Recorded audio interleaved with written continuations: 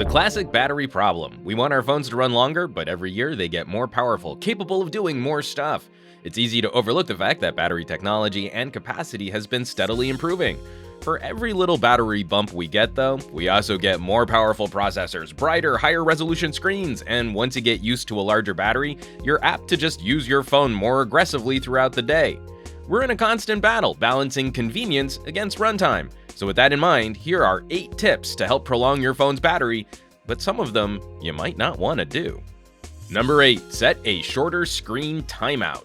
Now this can be annoying when reading through a longer section of text, but the longer your screen stays fully lit, the faster your battery drains. It's shocking the number of people you'll meet who look at a notification and then just set their phone down without turning off the screen. 5 minutes later, the phone takes care of that for them, but that was 4 minutes and 53 seconds of unnecessary power drain, those savages. Hit your display settings and whittle down that time until it's just mildly infuriating. Number 7, keep the screen brightness low. Auto brightness is convenient, but often you can push the brightness a bit lower and still actually see stuff on your display. On some phones, you can toggle auto brightness from the notification shade, but others require a trip to the settings menu. Again, we want to find that razor's edge balance between frustratingly unusable and barely tolerable, but every nit of display output hits your battery harder. Number 6, swap a fancy wallpaper for basic black. Sure, you've got this big, beautiful screen, but what benefit does an animated wallpaper really provide you? That's right, shorter battery life. Switching to a static wallpaper should take a little power pressure off of your phone. And if your handset uses an AMOLED display, switching to a dark theme, or at least using a black wallpaper, should help reduce the amount of power draw from lighting up unnecessary pixels. Don't think of it as boring and plain, think of it as simple, clean, and efficient. Number 5, curb background data. It's pretty nifty how our phones pull all this information from the internet for us, even when we're not looking at those apps. But if we want to maximize runtime, we gotta put a stop to that. You can be really draconian and kill all background usage, or you can root out and curb the most offending apps. Regardless, I pretty much always shut down Facebook because it's Facebook. Number 4, disable Wi-Fi, NFC, GPS, and Bluetooth. While you're managing your cell data usage, you can also cut out all of your other wireless radios and receivers. Again, these are on as a convenience. Get in your car and GPS is already on. In range of a hotspot, Wi-Fi will auto-connect. But these still draw power when you aren't using them, so brush them off. Of course, there are ways to smart toggle some of this behavior. Some phones will switch items on based on location or Wi-Fi network.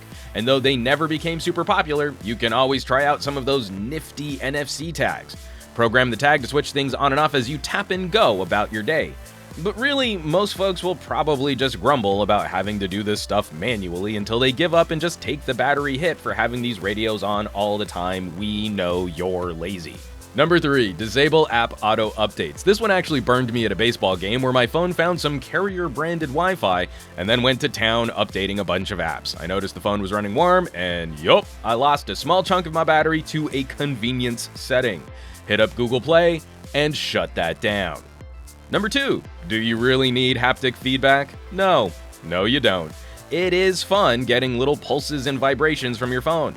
But that haptic feedback comes from a tiny little motor that steals from your battery. Okay, turning it off probably won't extend your battery life that much, but every little bit helps, right? And number 1, use those battery-saving features. We've got DOEs, we've got power savers, we've got resources, folks, use them. Maybe you aren't disciplined enough to manually handle all of these battery-saving tips and you just need a broadsword of a setting to hack at your phone's options for you. Chances are pretty good that your phone has some kind of mode which will auto-magically kill performance and screen brightness when your battery gets low. Well, why wait? Just turn that on now and reap the benefits of a lower power phone, resulting in longer battery life. And there you have it, folks, 8 handy tips to rein in performance and extend your Android's battery. Of course, in this day and age, our phones are increasingly adept at proactively serving us information, which some of these tips will aggressively disrupt.